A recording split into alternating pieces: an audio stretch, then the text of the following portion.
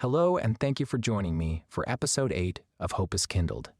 It's been a truly special experience reflecting on so many transformative works in this series so far. From the alienation of Kafka's Metamorphosis to the spirit of individual authenticity in Emerson's Self-Reliance, to Poe's masterful construction of melancholy beauty in The Raven and the passionate pursuit of freedom in On the Road, each work has brought us closer to understanding the great mystery of what it means to live a meaningful life. Today, we step into darker waters, the kind that swirl when ambition, desire, and temptation collide. We turn to Johann Wolfgang von Goethe's Faust, one of the most profound and enduring literary works of all time. Goethe's Faust is a story that has haunted the imagination for centuries, a tragic legend, a metaphysical drama, a philosophical treatise, and a deeply human portrait of a man caught between worldly craving and spiritual redemption. But it's not just a tale from the past. Faust's dilemma is our dilemma every time we sacrifice integrity for gain or pursue power at the expense of peace. It's a mirror we may not always want to look into, but one that can help illuminate the road ahead. So let us begin, not with a warning, but with an invitation to look inward and to ask ourselves, what would we give to get what we desire? The legend of Faust, a deal with the devil at the heart of Goethe's work, lies a simple yet chilling premise. A scholar named Faust, weary of life and disillusioned by his inability to truly know or experience meaning, strikes a bargain with Mephistopheles, the devil. In exchange for his soul, Faust is granted infinite knowledge and pleasure on earth. Goethe's Faust, however, is far more than a morality tale. It's a sprawling work in two parts, with the first concerned with Faust's personal torment and doomed love affair with Gretchen, and the second expanding into political, artistic, and mystical realms. Goethe spent over 60 years writing and revising this opus. It was his life's work and final legacy. He completed it just months before his death, in 1832. Faust's yearning, his thirst for more than the intellectual limits of his study, echoes many of the themes we've already explored. Like Kafka's Gregor Samsa, he feels alienated from the world. Like Emerson, he longs for deeper truth. Like Sal Paradise in On the Road, Faust is mad to live, mad to know, but that longing drives him to make a terrible compromise. And yet, Faust is not a nihilistic tale. It is about sin, yes, but also about redemption. The divine powers in Goethe's cosmos are ultimately merciful. In the end, Faust is saved, not because of his virtue, but because of his striving. Were immer strebend, sich bemocht, den Kernen, were Erlerson. He who strives with all his might, him we can redeem. This tale holds personal resonance for me. Years ago, I had the unique honor of playing Mr. Applegate, the Mephistopheles figure in the musical Damn Yankees, which is itself a direct descendant of the Faust legend.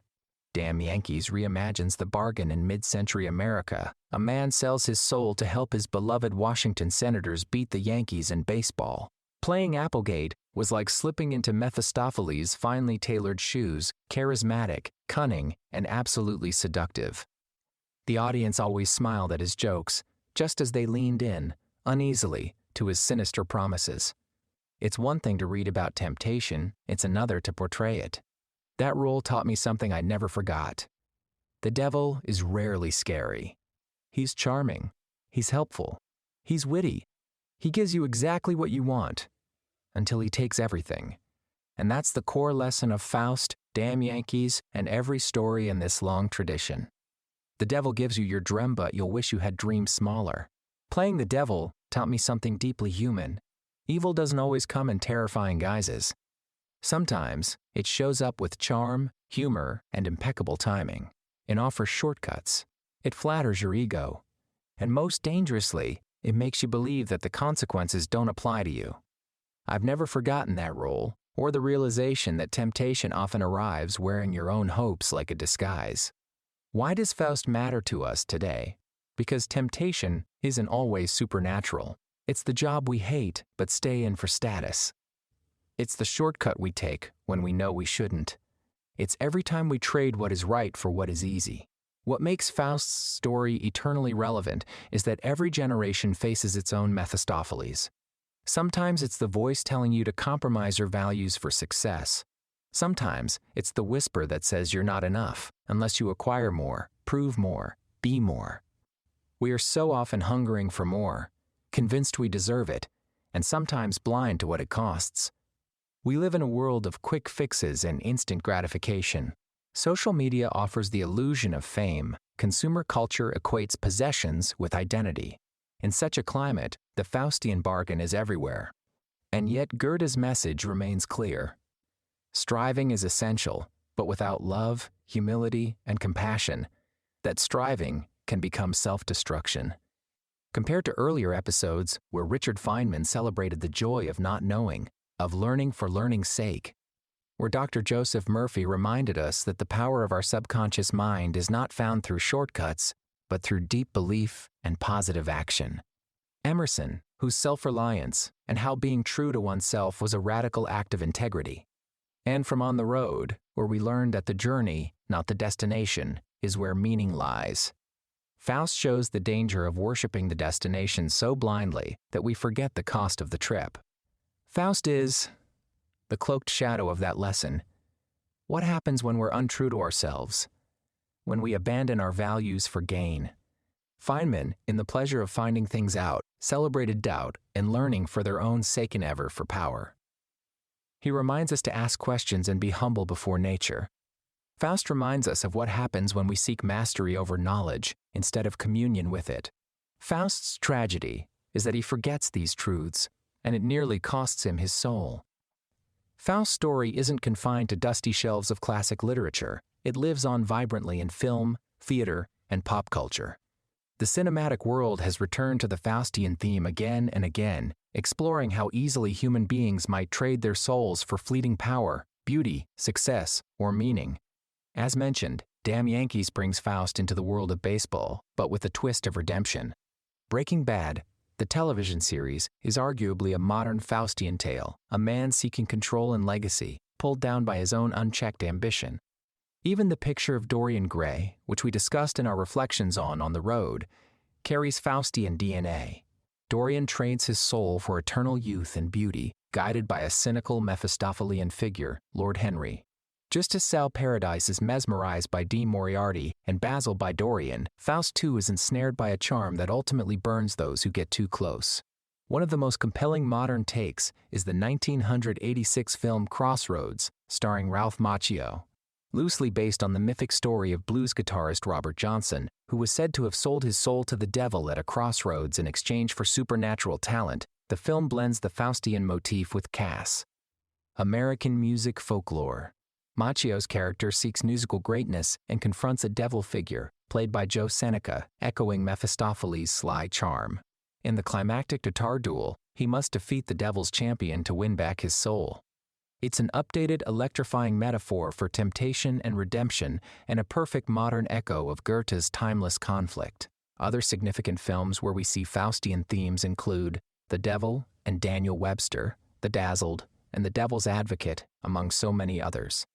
Each of these adaptations, whether dramatic, humorous, or allegorical, perpetuates the legacy of Goethe's original message. That temptation often comes cloaked in charm, and that true fulfillment cannot be found through shortcuts or bargains that cost one's soul. These works bring Faust into new contexts and generations, allowing each of us to confront the timeless questions at the story's heart. What would I trade for what I want? What defines the soul's worth? And what, ultimately, saves us? And so we ask, is there hope in Faust? Absolutely. Goethe does not condemn ambition. He condemns ambition unmoored from conscience. Faust is not damned because he never stops striving for meaning, even when he stumbles. Redemption, Goethe suggests, comes not from perfection, but from perseverance.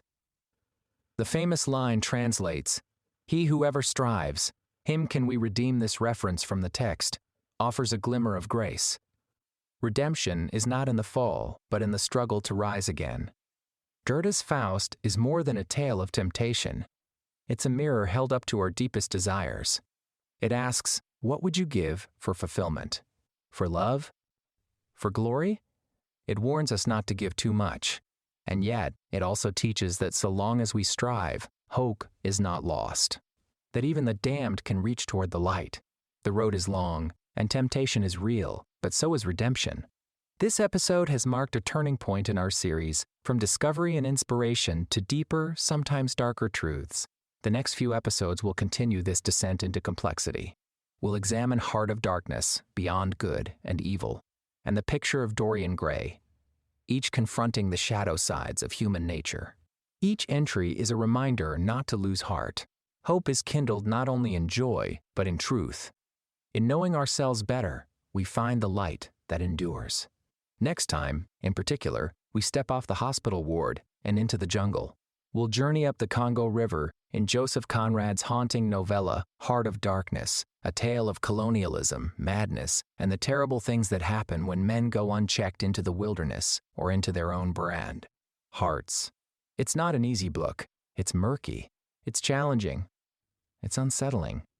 But at the center of all that darkness is a mirror one we're invited to stare into. We'll explore themes of good and evil, power and hypocrisy, and what happens when civilization becomes a mask rather than a virtue. And yes, we'll talk about Kurtzsand, that chilling final whisper, the horror, the horror.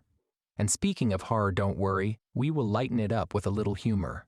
Because as dark as Heart of Darkness gets, I still can't help imagining a version starring the Muppets, with Kermit as Marlowe, Sam the Eagle as the manager, and Gonzo as Kurtz dramatically whispering, the horror, but also the chickens. So bring your lantern, bring your courage, and as always, bring your hope. As we close this episode, I leave you with this: live the journey, for every destination is but a doorway to another.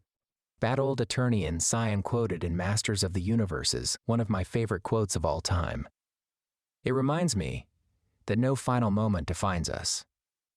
I have said it before, and I will say it again. A reminder that every day we face new choices, new crossroads, new chances to be better.